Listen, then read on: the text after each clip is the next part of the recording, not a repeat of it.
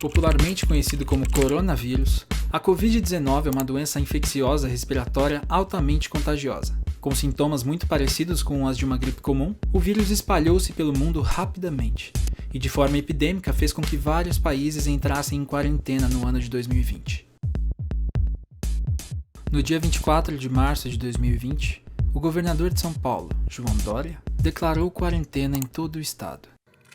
Quero dizer, como governador do estado de São Paulo, que a partir da próxima terça-feira, dia 24 de março, nós decretamos quarentena aos 645 municípios do estado de São Paulo. Repito, o governo do estado de São Paulo está decretando quarentena por 15 dias. As notícias a respeito da Covid-19 nos rodeiam. Estamos sempre sendo atualizados sobre o número de mortos, o número de infectados. Contudo, poucos veículos de comunicação mensuram o impacto de tudo isso no indivíduo, todas as mudanças repentinas na vida do ser humano que está isolado.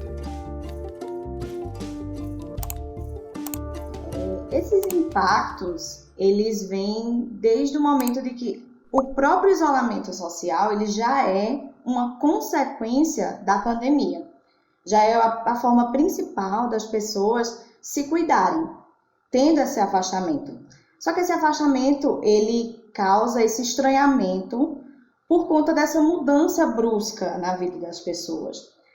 Elas estão com o cotidiano delas afetados por conta de toda essa mudança mesmo, a pessoa não poder mais sair de casa, não ter mais esse vínculo com pessoas que ela trabalhava pessoalmente, ela não está mais próxima às pessoas dessa forma. E fazendo com que essa mudança brusca, aliada com a insegurança, o medo da transmissão, o medo de morrer também, o medo de acabar transmitindo para familiares. E todas essas questões fazem com que essas pessoas sofram bastante. Muito estresse, as pessoas estão inseguras, o excesso de informações falsas, as chamadas fake news, que são tão recorrentes, infelizmente, que muitas vezes as pessoas caem. E também acredito que a forma como as pessoas experienciam em si o isolamento. Como que estão as relações dessas pessoas? Como que estavam as relações antes? Acho que por um tempo, o Big Brother, por mais que seja bem falado ou mal falado, ele sempre se mostrou como sendo essa válvula de escape. É ter de quem falar, o chamado fuxico, e você vai lá e assiste e vive esse momento. E esse ano especificamente foi um ano onde as pessoas estavam muito engajadas com isso. Então, recorde de votação, as pessoas estavam muito engajadas porque já tinha começado a quarentena. Depois começaram as lives, então sempre tem algo para entreter a população no geral, e isso é de extrema importância, porque se for para seguir só assistindo o jornal, só vendo notícias, é algo que vai deixar as pessoas muito mal. As pessoas já estão por conta dessa mudança, como eu já tinha falado antes, mas sempre ter um entretenimento é bacana e importante de verdade para a saúde. A rotina de muita gente foi alterada. Pessoas que trabalham de casa, pessoas que perderam seus empregos. Certo. A minha rotina na pandemia, ela tá sendo bem bagunçada, porque a cada semana a gente está tendo uma dificuldade para levar o pessoal de casa para o trabalho sem precisar pegar o transporte público. porque a diretoria lá falou que não quer ninguém vindo de transporte público, senão nem é para ir para a empresa, entende? Justamente para não expor ninguém a risco lá dentro. Algumas pessoas tiveram que se adaptar às decisões de suas empresas, e isso preocupou muita gente. Eu recentemente mudei de emprego e eu estava numa outra empresa e no dia 14 de março eu recebi a confirmação da empresa de que eu mudaria da outra empresa que eu ia mudar, que eu passei na entrevista e que eu começaria no dia 1º de abril. Só que no outro dia, no sábado, o país decretou pandemia nacional, né? Então, eu fiquei 2 semanas em casa, completamente perturbado, assim, completamente amedrontado de não conseguir entrar na outra empresa. Eu tinha acabado de me desligar, e aí, será que ia dar certo ou não? Será que realmente eles iam ficar comigo? Poxa, o país inteiro decretou pandemia, e agora, né? Então, eu fiquei bastante no pé, assim, da empresa. Eu tive alguns espasmos, assim, eu tive alguns ataques de pânico. Eu já faço acompanhamento terapêutico há muito tempo. Então, nas 2 semanas que eu fiquei em casa, eu fiquei em bastante contato com a minha psicóloga, justamente para entender se estava tudo certo, como que eu poderia me acalmar, o que eu poderia fazer para me acalmar, onde eu poderia me agarrar para poder confiar. E graças a Deus deu tudo certo. Eu comecei a trabalhar na empresa no dia 1 de abril. Acredito que nas 2 primeiras semanas ainda foi bem turbulento, assim, você acreditar que ia dar certo ou não.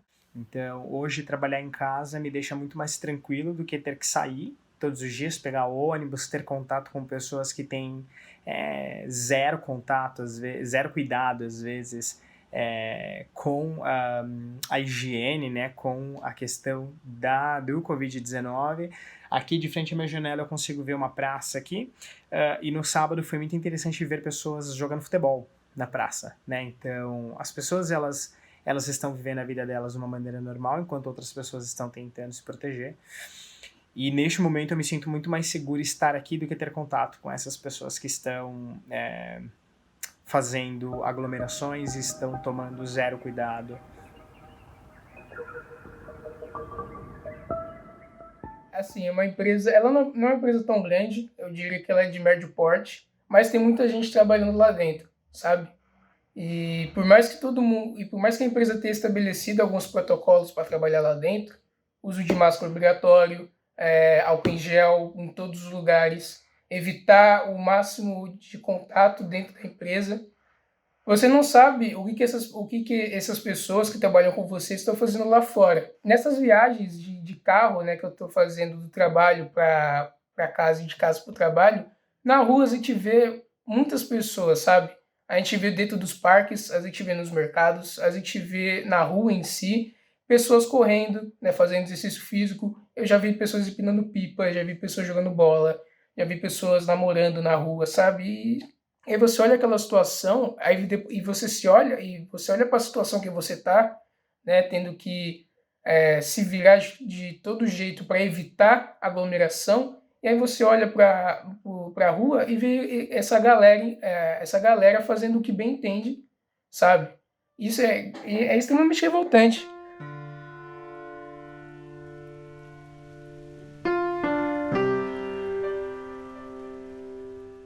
Eu acho que tudo que podia ser falado já foi falado, entende?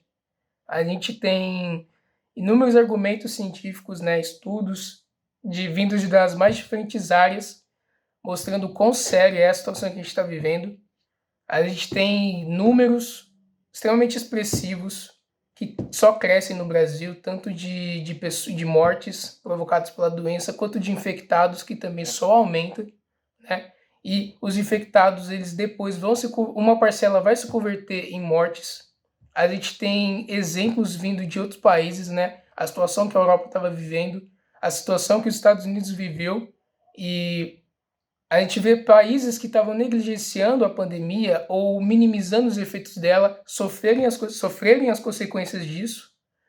E aí a gente olha para o Brasil, que tem todas essas informações na mão, né? E a gente vê essas pessoas lidando com a pandemia como se fosse uma piada, ou falando que ela não existe, ou falando que é manipulação mundial, ou falando sabe, tentando achar argumentos para desmerecer a situação que a gente está vivendo, onde não tem como fazer uma coisa dessa. Acho que qualquer pessoa sensata que tenha o mínimo dessas informações, né, de número de mortos, de infectados, de exemplos de outros países, colocaria na cabeça de que o que a gente está vivendo é sério. Então eu acho muito difícil, a essa altura, tentar convencer uma pessoa que, sabe, é muito complicado pensar em algo para falar para essa pessoa que não está levando a sério a situação. Já ela tem acesso a tudo, ela está vendo as coisas acontecerem. A gente começa a achar que é uma escolha dela agir da maneira como está agindo, sabe?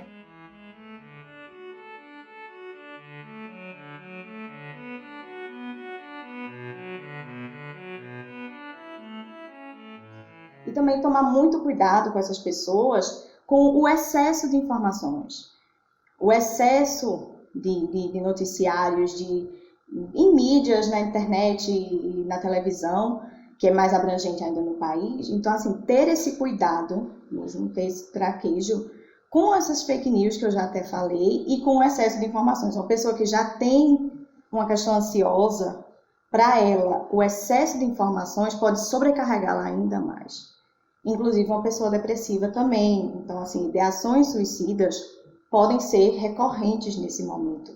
Também já tem indícios, já tem estudos, já começaram a trabalhar isso, e as pessoas quem não tem depressão e ansiedade, já diagnosticado, pode vir a ter sintomas.